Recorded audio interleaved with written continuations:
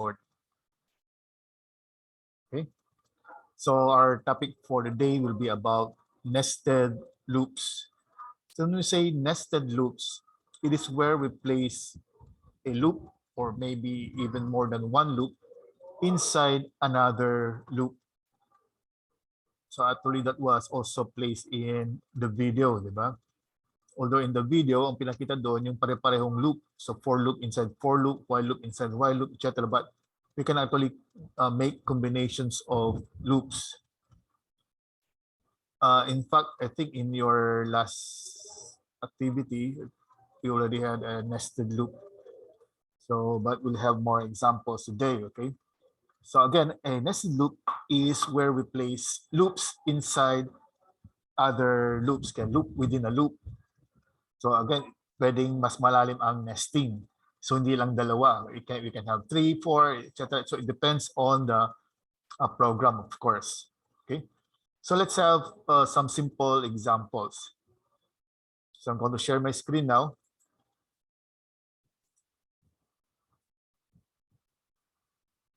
And I'm going to open DevC. So ito na yung DevC. Visible ba yung DevC?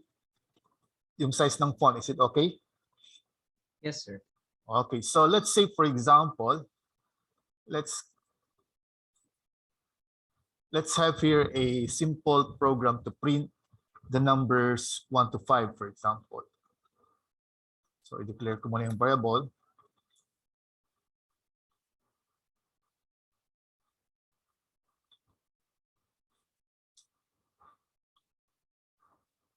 So that will loop 1 to 5, di ba? So if you have this one, it will, ibig sabihin, I will start with 1. And our condition is while the value of I is lesser or equal to 5. So ito yung pinaka-maximum niya kasi equal to 5. So ibig sabihin, pag naging 6 na, magpo-false dito, lalabas. Okay, and then we always add 1 to I. So I will start with 1, then magiging 2 because we're adding 1, 3, 4, 5. Then magiging 6, pero pag 6, lalabas na siya. That's why if you print the value of I, ganyan, then we have here I. So this will print the numbers 1 to 5. So this is already a loop, right? It is looping 1 to 5. So if you run the program,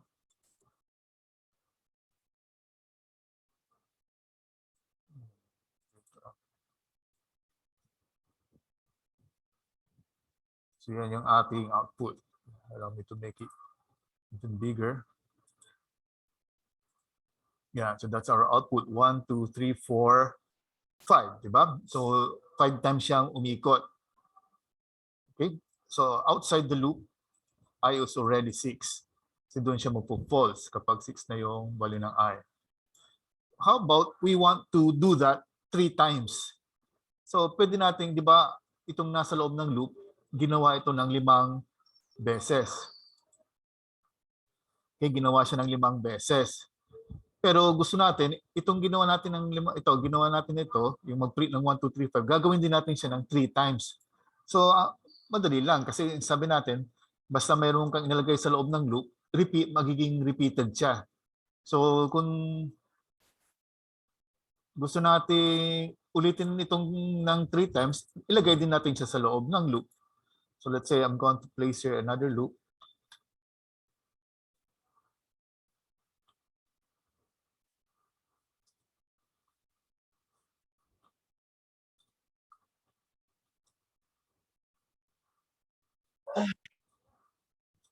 Kumari, meron tayong ganyang loop.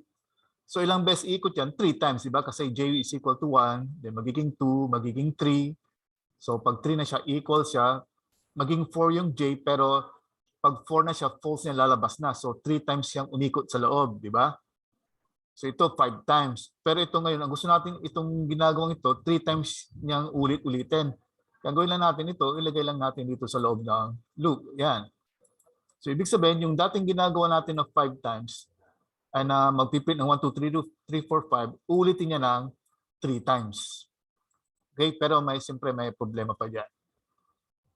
May bang format dito? So kung kasi may format. Anong ko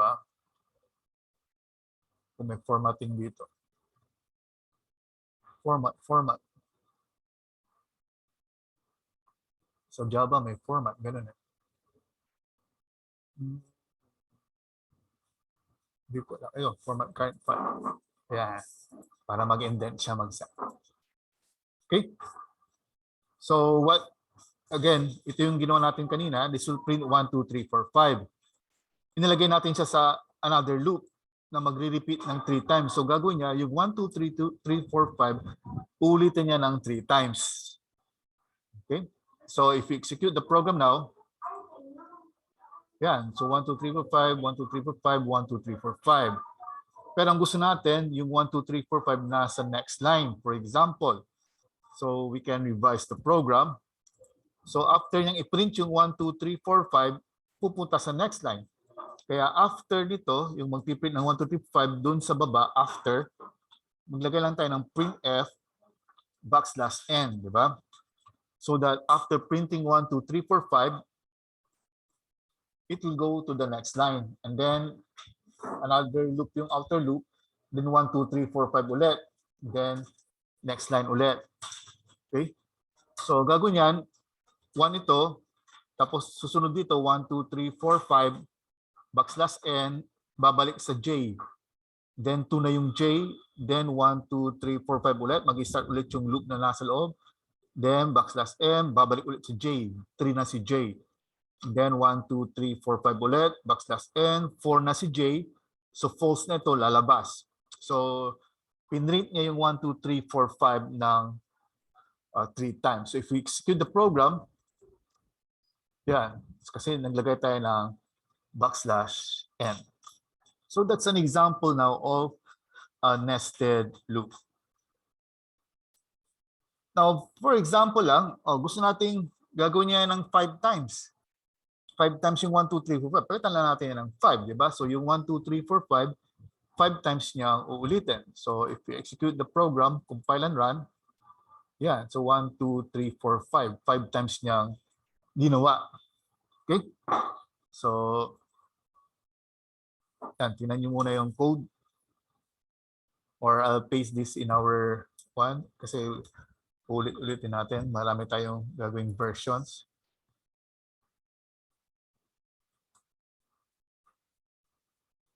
Yeah.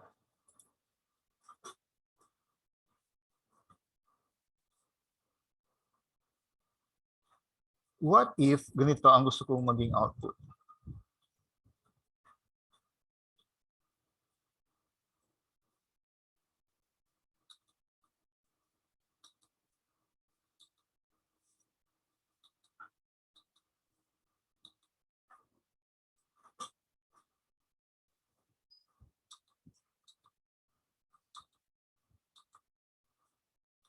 Parang ganyan. So 1, then 1, 2, 1, 2, 3, 1, 2, 3, 4, 1, 2, 3, 4, 5. So ito kasi naka-fix palagi siya na 1 to 5, di ba? Pero ito, hindi. Hindi siya naka-fix ng 1 to 5. So that's the difference. Ibig sabihin, pag hindi siya fix or hindi siya constant, so basing from the word fix or constant, yung reverse ng fix or constant, anong gagawin natin? So gamitin natin siya ng variable. Okay? Dapat ito variable siya. Hindi siya pwedeng constant. May mga nag-join.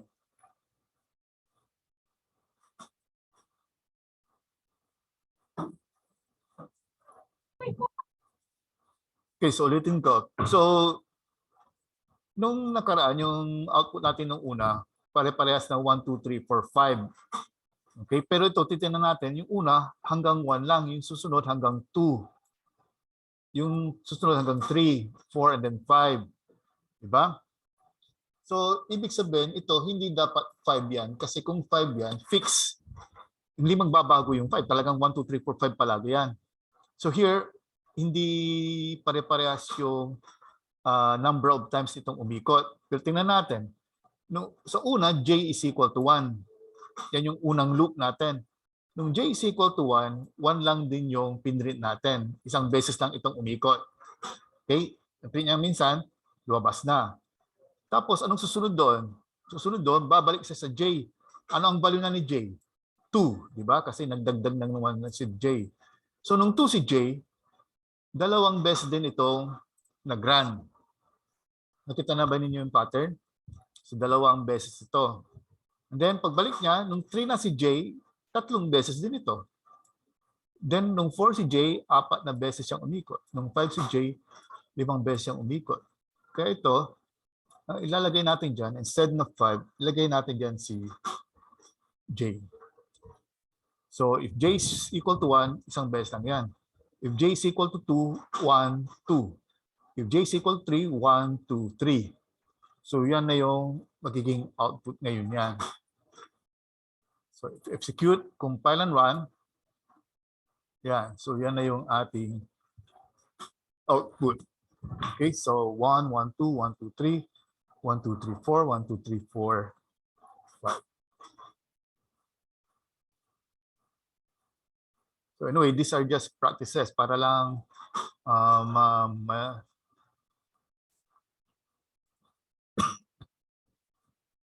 ang mag-maneuver ng loops. So, please ko ulit doon sa ating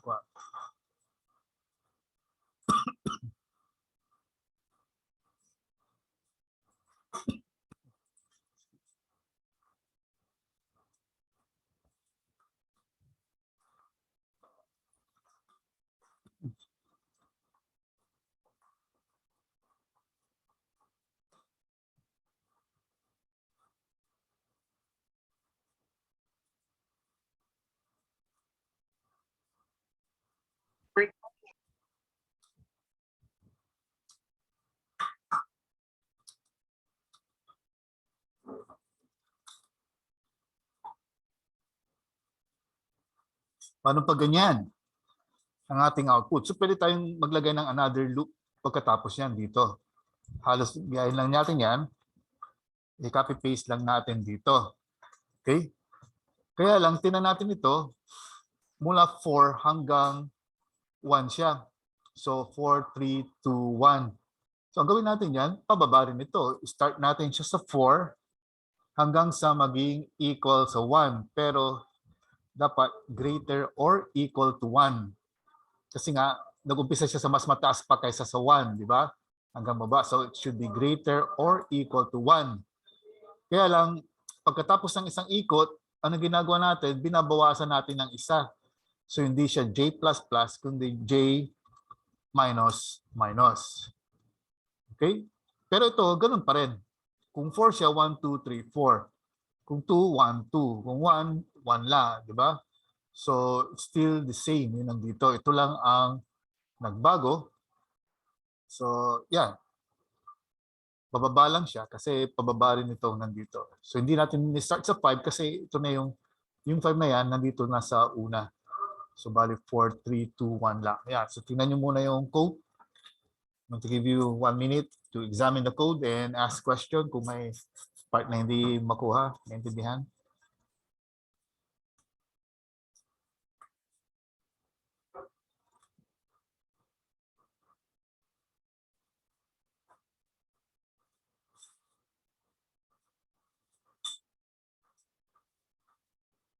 No, so, i-run natin yung program. Yeah. So 1, 2, 3, 5 and 5, 4, 3, 2, 1. So matuloy, mga ano na ito, trivial programs, pero it will help you more or less para feel comfortable with using loops. Kung ano yung mga gamit ng mga loops. And of course, in my case, na-demo ko yung mga iba pwede nyo gawin sa loop. So again, ito yung pag-count down pababa, pwede ganyan, di ba? Or hindi lang palaging ang nandito, mga constant, mga yan. Pwedeng expression yan. Katulad nito, it's a variable, di ba? It can be a variable. So pwedeng ganyan.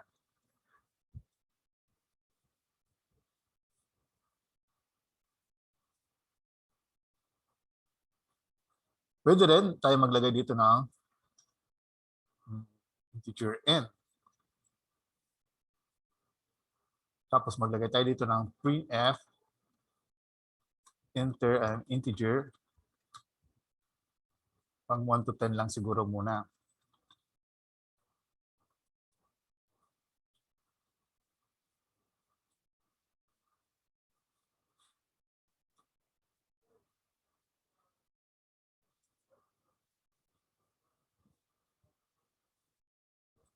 Yan, lagyan natin ito. So, we enter. Anong gagamitin? Scan F, di ba? Baka mamaya, pag may tanong na naman ako sa ano yung pag-enter ng value, paano mag-enter? Hindi pa alam ang scan F, ha? Ilang programming na yung nakalipas. So ngayon ito, yan yung number of times. Ito kasi nakafix sa 5. Kaya itong 5, palitan natin ng n. Okay? Pero ito, nung 5 yon, ito 4. Kaya kung n yan, ito, palitan natin ng n minus 1. Nakita nyo ba yun? Di ba? Dati 5 yun, ito 4. Ngayon, kapag ginawa kong variable yun na n, pag n ito, this is n minus 1. Kaya if n is 5, this is 5, n minus 1 is 4.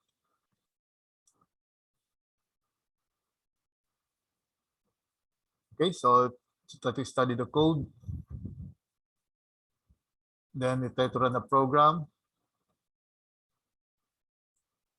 Dapat pa nag-CLS ako. Balik.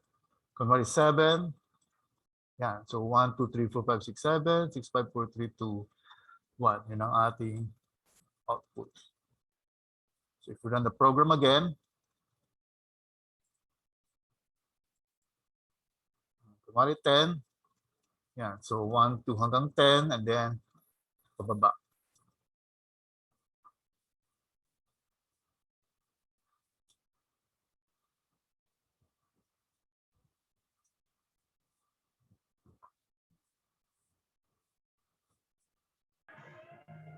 Questions? Paano pag ganito?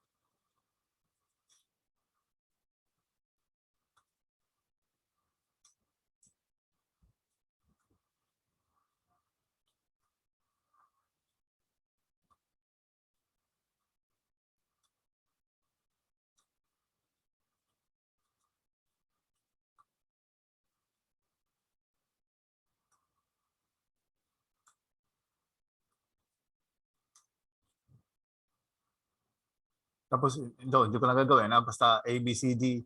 Yan. Sino ang magsasabang bibigay ng suggestion kung paano gagawin yung gano'n? O, isipin nyo muna kung paano. If you want, I'm going to give you around 5 minutes. So tingnan nyo muna yan, ha. Then if you have your own DevC, try nyo muna. Magsishare lang ako. Try ninyo. So instead of numbers, ang lalagay natin A, B, C. Tingnan natin kung paano. Sige nga. Ako rin, hindi ko pa natatry. Pero subukan natin mamaya. Okay.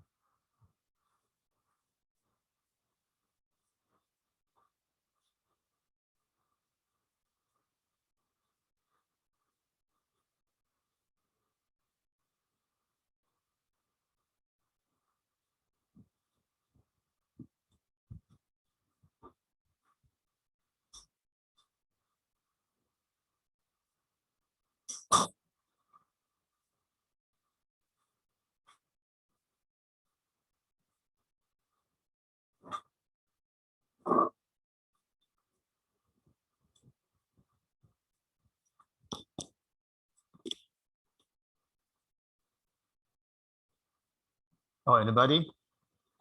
May suggestion?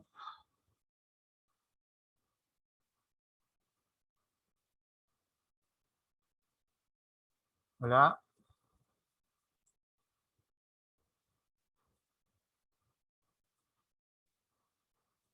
Wala. Anybody? May idea? Okay. So, gawin natin. Hindi ko pa natatry, pero siguro mag-work siya. Hindi ko lang alam kasi yung 3. So, we're going to print letters instead of numbers. So, maybe one way is to make use of an array of characters. Pero, hindi na kailangan. Kasi actually, characters, yung mga character niyan, are also numbers. So, if you see, I don't know if you kanano nyo sa com.org, letter A is actually number 65. Yan yung kanyang ASCII code.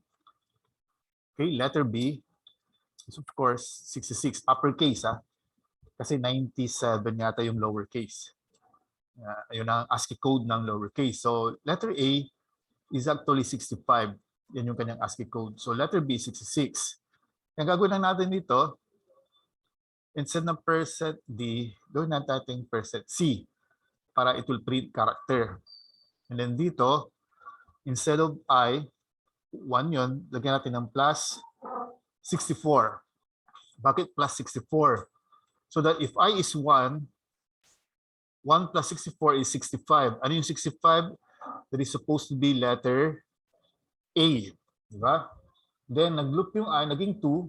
So 2 plus 64 is 66. So that will be printing letter B. And etc. etc. Diba? So hopefully this will work. Tingnan natin. So see din yan. And then I'm going to place it I plus 64. Yeah. So let's try to run the program.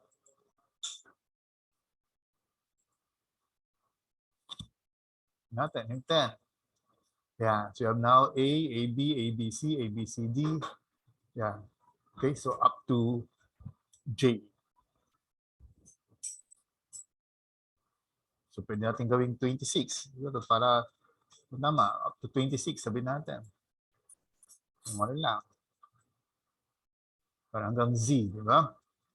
So mas maganda, lagyan mo yun ng validation dito. If D is greater than 26, hindi niya gagawin. Mag-message na lang siya. Bakit? We can have that para namang ma-practice na. So if N is greater than 26, pwede natin lagyan ng or N is lesser than 1.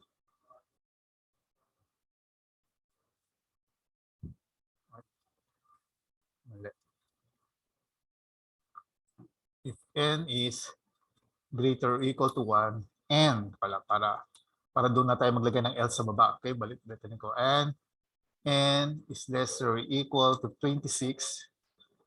Then gagawin natin ito. Pwedeng gawin yung program. Ito. Pero pag mali, bilang mo ito sa automatic siya naglalagay ng kuwan. Pag mali, lagyan natin din ng else. Lagay ng message, printf, invalid value.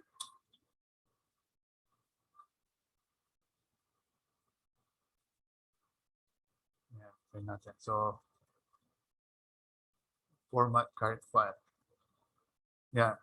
So what we did here is we enter a number, tinest natin yung number. Is it greater or equal to 1 and lesser or equal? So ibig sabihin from 1 to 26 siya.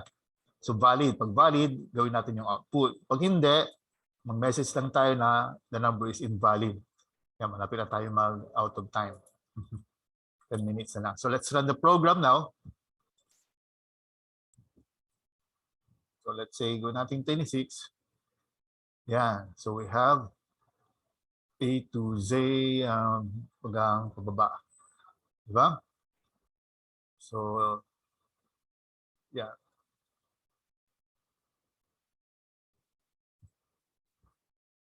Close natin yung output natin. If we run the program again, baya tayo ng 28, sabi niya invalid value. Okay, if we run the program again,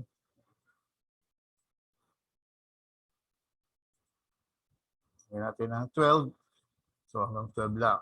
Okay, so Yan na yung output natin.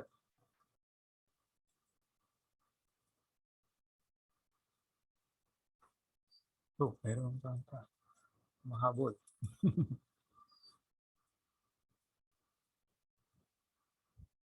Hindi na tayo mag-plan.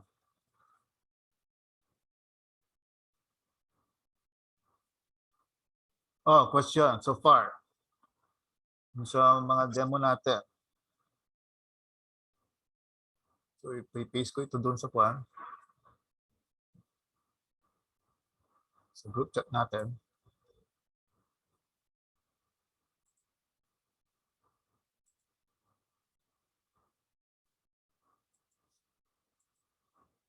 Ilang minutes pa ba?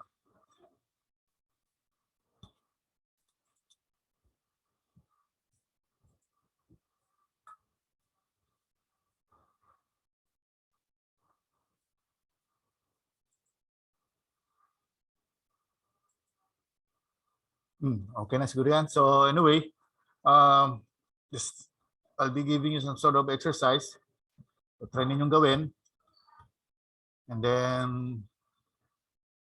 siguro by next meeting, try natin ulit din. Okay? So, I'll stop sharing now. So, do you have questions? Sa ginawa natin. So, saan yung record ko dito? Yan, stop ko na yung recording din. Kasi yun lang nirecord ko yung demo lang.